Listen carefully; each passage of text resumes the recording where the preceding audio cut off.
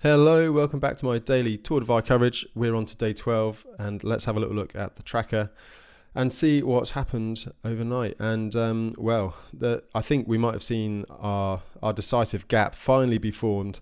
So they are just currently, Yustinus stayed in Pie Town. It's 1 a.m. or 1:30 local time. Pie Town is basically it's a very small town on this Highway 60. There's a couple of pie shops, and there's also Toaster House, which is a place on the Continental Divide Trail that hikers and bikepackers can stay at. And it looks like Yustinus stopped there early last night, and the gap has remained. So if you remember, Yustinus was stopping early, and usually Uber would catch him, and Yustinus would get going again just before Ulrich saw him. And that pattern has been going for the last 3 or 4 days now. But as you can see, the gap is 40 odd miles, and it's basically we've had a little bit of drama. So I shall let first up, what I'm going to do is I'm going to show you a screenshot of what happened last night. So I took a screenshot of the tracker, and as you can see, this was last night, 2 a.m. and Ulrich got within about 3 miles of Yustinus, and then suddenly Yustinus got moving, and the gap really grew quite quickly, and I was wondering to myself what might have happened. Obviously there would have been a problem, because suddenly the gap went from 3 miles to 20 miles to 40 miles, and at one point it was 70 miles, and Yustinus had a 40-mile gap most of yesterday, a 70-mile gap most of yesterday, heading through the desert. And I was wondering what happened, and then I got a voice message from Uber. So let's have a little listen to that, and then we'll let him explain how this gap has formed. Before I do that, I will just do my usual thank you to Redshift. Obviously, they've been sponsoring this coverage throughout. I'm very grateful for them. So check out their website as always, and there's a discount code in the description below in case you want to buy anything from them. So let's get back to it. So Ulrich sent me a message, and let's hear what he had to say and find out what has been the cause of this gap really pushing out. Hey Josh, how are things? Well, maybe last night you saw my move coming, no? So I was in pretty good spirits, pushing through the night, minimizing the gap to Yustinus. So went in this nasty climbing section after the Kiwi, heading towards Cuba, and realized that Yustinus took a nap, and I came closer and closer, and I was sure that he will continue before I catch him, but I was really close. I think it was in a distance of maybe 5 miles, and then I had a mechanical. So had trouble with my rear wheel, tire losing air, and was not so easy to figure out what the actual problem was, because there was no hole and nothing where sealant came out or something. So I had to go a bit into the analysis, which is also fun in the darkness of the night. And then I figured out that there was something like a 5 centimeter steel needle inside of the tire. It came in obviously earlier in the afternoon when I first lost air, but repumped and everything was fine, no sealant leaking, so I thought all good. But obviously there was like a 5 centimeter metal piece inside the tire, and I think it caused damage to the rim tape. So tubular setup wasn't holding anymore, and So I used the tube, and got a problem with this one as well. Used my second tube, and that went fine. Carried on, but also thought with a tube type setup, and the only remaining tube I have is inside the tire, might be a bit sketchy, even if I have a ton of repair kit items and everything. But anyway, so I thought better find a solution. Went to Cuba, worked a little bit on it there, and with the help of some new tape and this kind of car tire sealant, car tire repair stuff, I'm now back to tubeless with spare tubes. So all good, fully loaded with like 10 liters of water, heading into the desert. It's a great and nice and sunny day out here, so let's see and have a ride. So that was from Ulrich yesterday. Just sounds like his luck has finally run out on the Tour Divide. I mean, he was very lucky last year, and it was Yustinus that had all the mechanicals. I mean, Ulrich, even last year, he punctured with 1 mile left in the route, and he finished with a flat tyre. But yeah, it sounds like he's picked up a bit of debris on the road, and it's gone inside the tyre. I've done a lot of touring in the USA, and I find, I mean, the roadsides are just, there's loads of bits of metal, and where tyres can shred, like truck tyres can shred, there's tiny bits of wire that just get spread into the hard shoulder, and it can play havoc with bike tyres. And I've had similar punches myself. So it sounds like, yeah, obviously a bit of metal has gone into his tyre, and it's just rattled around and eventually damaged the rim tape. It's really unfortunate, but sometimes that's what it takes. And you know, it's I do feel for Ulrich, but you know, these things do happen, and he's sorted it out. But it just takes time, and in such a tight race as it is now, that could be the deciding factor. So that message he sent me would have been from around Cuba. Let's go on Rive GPS; it's a bit clearer. So you can see now that if you look at let me put it on the Google Maps.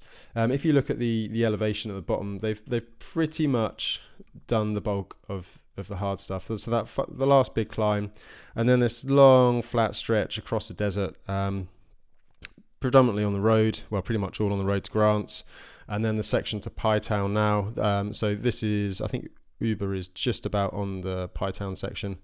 So he's just about to turn off the highway. On the dirt road to Pie Town, which is pretty draggy and soft at times, and quite washboardy. And then I doubt he'll have much of a resupply, maybe water at Toaster House, and then continue on. I don't know whether he's going to do one final big push and try and get to the finish in one push or not. But I think at this stage it depends on his state of mind. Is he really going to try and push and just keep us close to Yustinus and see if there's always potential for something to happen to Yustinus as well, so it's not over. It depends on his mindset at this stage, or he could just have a good sleep and then kind of call it a day and cruise in from there. It's very much within range of the finish from Pie Town if you put in a big day. So yeah, this section across the desert, I've got a little bit of video. You'll have to excuse me today for focusing on this lead kind of this lead duo predominantly. I will run through the others in a sec, but this is kind of the main story at the moment as the race is pretty much ready to be won. So the section on the road, this is again from me in 2019. I did this into sunset. I actually bivvied just before Grants and got to Grants like very early in the morning. These guys would have done it in the heat of the day, and you can see how it is. It's sort of gently undulating. It was quite nice at sunset and a bit of cloud cover.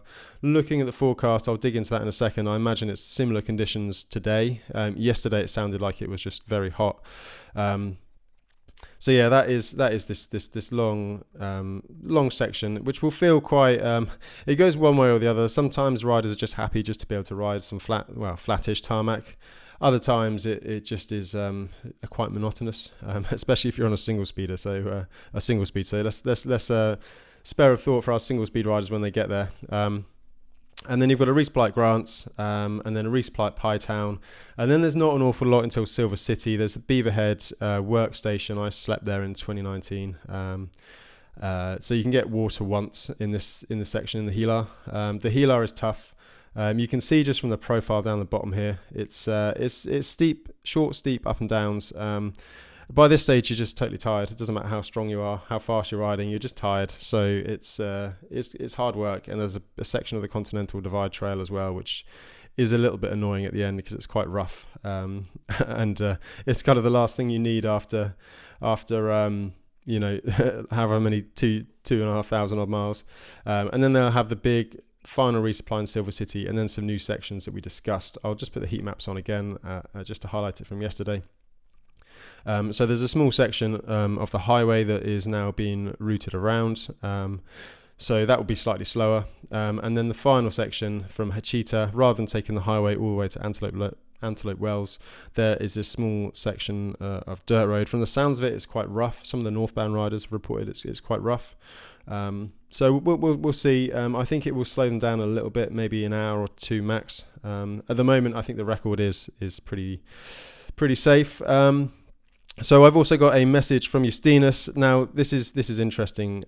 You may recall kind of the messages the last few days. Ulrich's been quite positive, and then Yustinus has been a little bit down. You could feel the tension and the pressure in his voice. And I think actually this time Uber sounded a little bit more despondent. He's always trying to put on a positive face and voice in his messages, but yeah, it sounded like a little bit more of a struggle this time. And then Yustinus, he's finally cracked, well, not cracked, but got the gap, pushed the gap out to a more relaxed distance. So let's hear what Yustinus said. So again, he sent me a message. This would have been on that highway section yesterday. Let's hear what he had to say. Hello, you beautiful people. Yustinus here from the lead. Still the lead. Roasting myself on those hot roads of New Mexico. 37 degrees at the moment, and I think it's not gonna cool down until evening. Yeah, had a great resupply in Cuba. Then I also had to stop in that laundromat, or I don't know how to call it, wash service in the middle of nowhere. That was an oasis. Oh, that was good. So now it's gonna be Grants, then Pytown, and I'll see how does it feel. Where's Uber and all this stuff, and we'll plan accordingly. So that was Yustinus yesterday. Obviously quite hot. The wash station he's talking about is somewhere in here. Basically, it's a very random resupply. I can't remember exactly where it is. There is a couple of gas stations out there, but yeah, somewhere out here in the desert. I can't remember the exact location. There is basically a laundromat and a little shop and stuff, so you can resupply. It's there's nothing else around there for quite a while. So it's a bit of an oasis, as Yustinus said. But as you can hear from the message, he's feeling a bit more positive and sounding a bit more positive. And if you're leading the Tour Divide with a 70-mile gap with just about a day's left, you probably would be.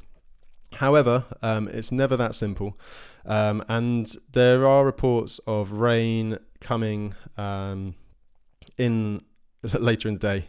So as you can see on the radar, there's this rain front coming through, and rain and New Mexico, that equals peanut butter mud if you're not careful. So we've got to really keep an eye on that. I have checked the forecast for Silver City. It's not. I think it's, from the looks of it, it looks like south of Silver City there could be problems, but it's intermittent. So it's going to be later in the day by the time Yustinus gets there. So 6%, 7%, and then storms later on by the looks of it. So 4 or 5 into the evening. Potentially some thunderstorms. I really do hope Yustinus can get away with it. We don't really need peanut butter mud turning this race upside down. But again, the Tour Divide is never over until it's over. So we've just got to keep an eye on it and see what happens. Now, before I go, I'll just touch on the rest of the race. Obviously, I've been very focused on the front in this sort of last day or so. Obviously, both riders up front are way ahead of Mike Hall's record at the moment. So it's looking like if all went to plan, Yustinus could potentially dip under 13 days. Still a little bit slower than Lachlan Morton's time from last year, but that wasn't a really direct comparison because a few sections were unrideable up north. Lawrence Tendam, he's still in no man's land. He's looking pretty secure for third position at the moment. Megan Hakkinen, she's kind of caught up. Her speed again is now ahead of Lael's record pace. That's going to be an interesting little kind of dot and battle to follow. So Megan, it sounds like she's had a rough few days. She's at mile 2000, so 600-700 miles to go. Hopefully, I mean, it'd be great if we could see a men's and a women's record being broken this year. And yeah, she's just as she has been the last few days. We've got this group who are kind of leapfrogging depending on sleep cycles. Aidan Lamper, he's asleep at the moment. He's been riding strong. Thomas Fabian, I mean, he's been up there from the start. So again, still riding. We'll see how he goes. Cade Reichenberger, he was leading all of these guys yesterday, but he looks like he's stopped early. So again, he could jump them again. And Ian Dewsome, again, they're making up these 6 riders five riders plus Lael's dot are making up an interesting little pack of dots to follow over the next few days. Anna Jaeger, she's kind of the gap to Megan's kind of stabilized again, so she's basically she's 50 miles behind. Again, it is closable if something was happened to Megan. We saw that with Ulrich and Yustinus up front. So again, it's something to keep an eye on. So yeah, going to be really exciting all the way to the finish. And our single speeders, they are still out there. Where are they? Let me find them. Here we go. Alex still leading Johnny. Again, about a 50-mile gap. So again, that's another interesting little battle to keep an eye on over the coming days. So that's pretty much all I've got today. Keep an eye on track leaders. It's going to be a really exciting run into the finish now. They should be done within 24 hours. I'm not sure if I'll be able to announce a winner this time tomorrow morning or not. It'll probably be quite close, but yeah, I'm looking forward to seeing what happens. So yeah, keep watching. Thanks for watching me, and don't forget to subscribe, and catch you again tomorrow.